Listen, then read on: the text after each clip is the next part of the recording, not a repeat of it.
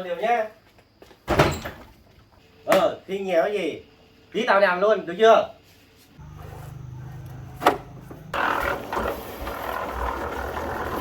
Cái thương cho anh biết không Vâng, tí vâng, là cháy cái tường ấy. Vâng.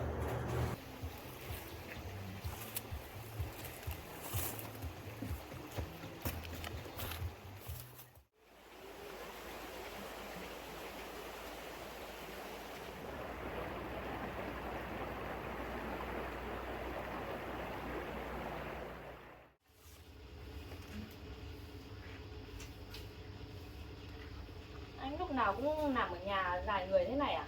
Không biết đi kiếm việc làm để kiếm tiền trang trải nhà cửa à? Nhà thì dột nát hết rồi. Ngày nào cũng rượu chè rồi nằm dài nhà người thế này. Lúc vợ phụ việc với chứ, đi kiếm tiền hộ vợ với chứ. Nghe cái gì tí tao đem làm luôn nhé.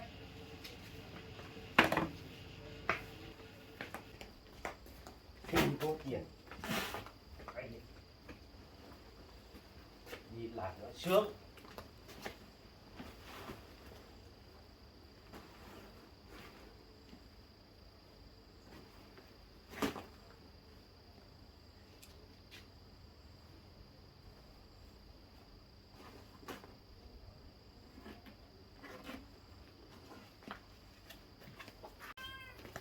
Tao làm về nhà tao đều nhé.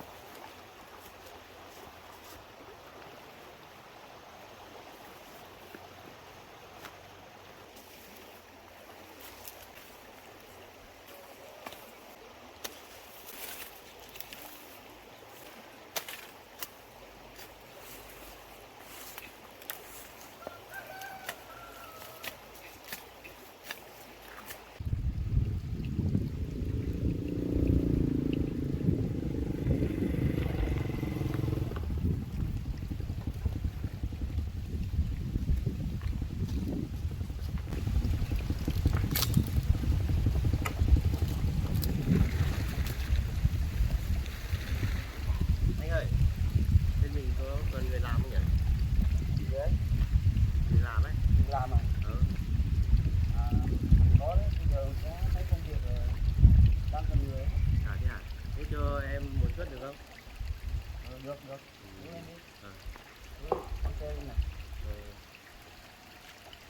Vâng.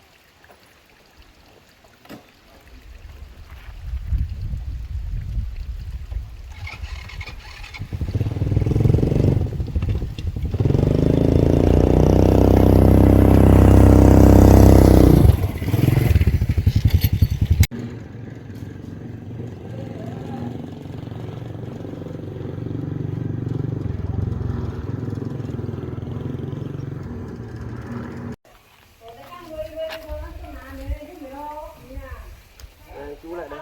Vâng. Chú cái đống cát này gọn cho anh. Em biết. Sau là xúc vào cái bánh trộn nữa. Vâng. Em biết rồi.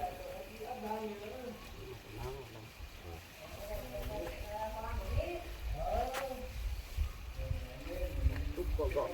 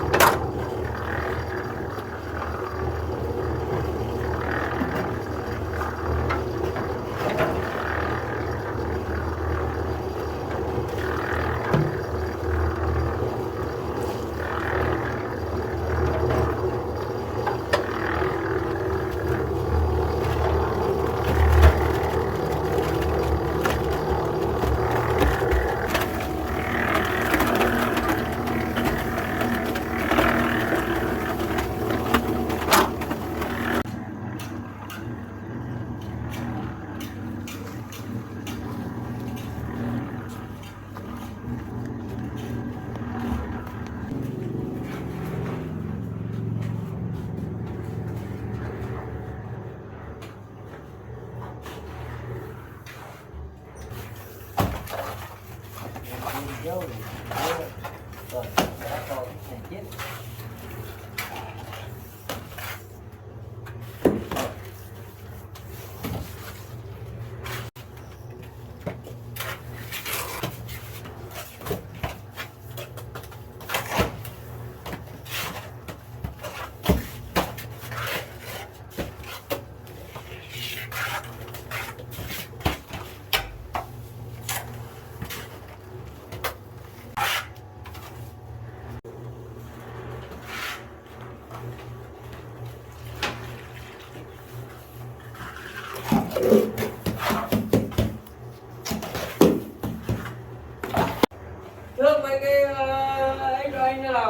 dọi cho anh là còn ơi lấy cái thử dọi với cái thước cho anh biết không tí mà cháy cái tường ấy.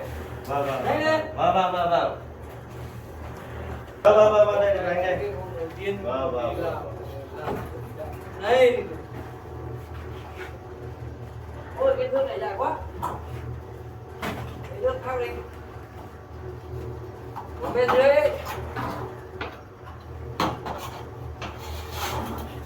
Đây anh ơi. Thì em chưa làm bao giờ anh cũng khá đây nhé. Hôm đầu tiên nhưng mà làm chết đấy.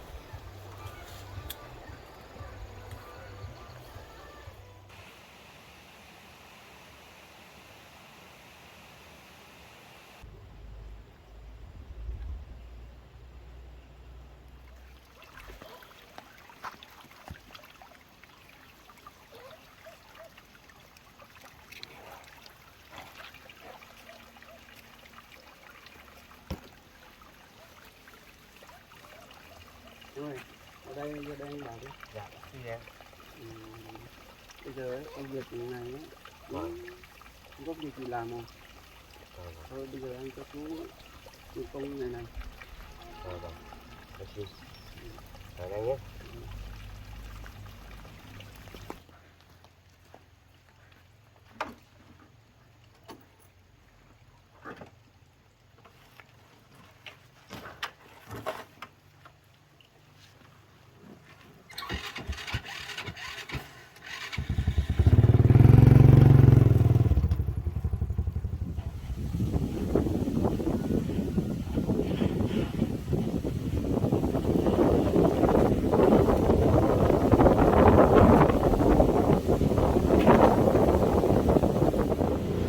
Đá chỗ đây thôi. Đá chỗ đây. Chả có từ ra. Vứt ra nó. Nó tự nhiên để các bạn ấy.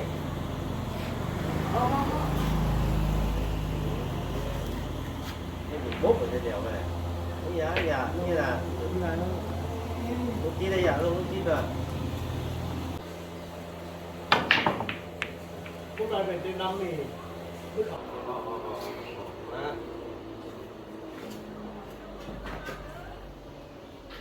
Sáng đi làm xây chiều về đánh giá hết. Ôi trời. Nhưng mà bảo tiên nó nếu mà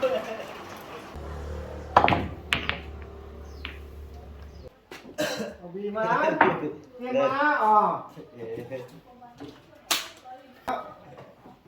Ui, vừa đi.